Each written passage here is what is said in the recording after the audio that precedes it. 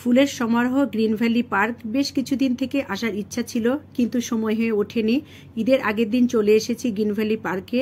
নাটোর জেলা থেকে ৩৫ কিলোমিটার ভেতরে লালপুরে এটি অবস্থিত। আমরা ৬০ টাকা টিকিট কেটে ভিতরে এসেছি। এসেই দেখি ৩টা সিংহের মূর্তি, সেখান থেকে জলের ফোয়ারা বের হয়, কিন্তু সেই সময় বন্ধ ছিল, আমরা সেরকম জল দেখতে পারি নাই। তারপরে আস্তে আস্তে একটু হেঁটে সামনে যাচ্ছিলাম, গিয়ে দেখি যে অনেক ফুল। এখানে আসলে সবগুলোই আর্টিফিশিয়াল ছিল না, ন্যাচারাল ছিল। আর চারিদিকে গাছগাছালি, সবুজ প্রকৃতি অনেক বেশ ভালো ছিল। অন্য যে পার্কগুলো ছিল তার থেকে আমার মনে হয় এটা বেশি ভালো। তারপরে অনেক বড় বড় জায়গা আর বিভিন্ন রকম বাচ্চাদের এবং বড়দের খেলার ব্যবস্থা ছিল। এখানে একটা ট্রেনের লাইন ছিল, ট্রেন যাচ্ছিল। আর নিচে অনেক ফুল, লাল রঙের ফুলের বাগান ছিল। আসলে গ্রিন ভ্যালি পার্কে দেখা যাচ্ছে যে ফুলেরই সমারোহ। সামনে রেল লাইন ও তার পাশে নাগরদোলা, তার নিচে বিভিন্ন রং বেরঙের ফুলের বাগান ছিল। আর এইদিকে একটা রাস্তা, রাস্তার সামনে অনেক গাছ, একদম মনে হচ্ছে যে নারকেল বা খেজুরের এই ধরনের গাছ। তো এখান থেকে বেশ কিছু ছবি তুলে নিলাম। তারপর আবার সামনে যাচ্ছি। তারপর হাঁটতে থাকি, হাঁটতে হাঁটতে দেখি যে বাম্পার কার গাড়ি, বাচ্চারা এতে উঠে খুব মজা করে, কিন্তু সেই সময় বন্ধ ছিল। বেশ কয়েকটা বাম্পার গাড়ি ছিল।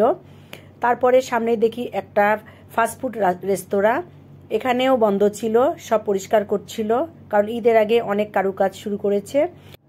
এটা হলো দোলনা, 3টে কলসি দিয়ে সুন্দর করে ডেকোরেশন করেছে।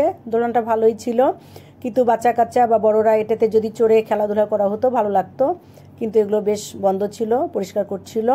তারপরে হাঁটতে হাঁটতে আবার যে সামনে একটা গুহা, এটার গল্পটা পরে বলবো, এটার অনেক কাহিনী আছে। এটা একটা মিকি মাউস, মিকি মাউসের সামনে একটু ছবি তুলে নিলাম। বাচ্চারা এই মিকি মাউসের ছবিতে খুব আনন্দ পাবে।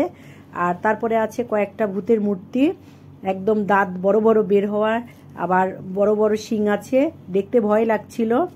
তারপরে আবার আস্তে আস্তে সামনের দিকে যাচ্ছিলাম, গিয়ে দেখি একটা টিলা, এই টিলার উপর দিয়ে মানে অনেক কারুকাজ করে রেখেছে। আবার গাছ আছে বিভিন্ন রকম আবার ডেকোরেশন করেছে গেটের। তো একটু ছবি তুলে নিলাম।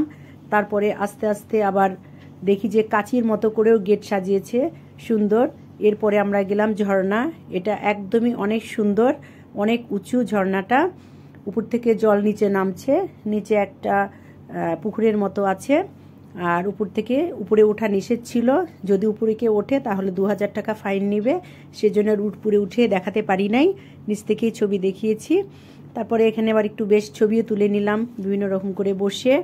তারপরে আবার আস্তে আস্তে নিচে নামলাম। সুন্দর একদম সূর্যমুখী ফুল, দেখে তো মন জুড়ে যায়, যে হলুদ কালারের। যাই হোক, ফুল একবার মনে হলো যে হাত দিয়ে ছিঁড়ে নেই, কিন্তু ফুল গাছেতে বেশি সুন্দর মানায় হাতের চাইতে। এরপরে একটা ব্রিজ, নিচে আছে লেক, লেকের উপরে ব্রিজ, ভালোই লাগছিল, কাঠের তৈরি। তার সামনে একটু হাঁটছি, আবার কিছু ছবিও তুলে নিলাম এখান থেকে।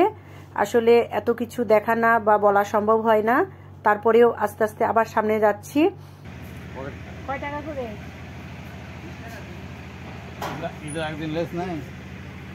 সবাই কি লেস আছে, এটা লেস নাই। আমি এখন এই সিঁড়ি দিয়ে ফুলনগরীতে ঢুকছি।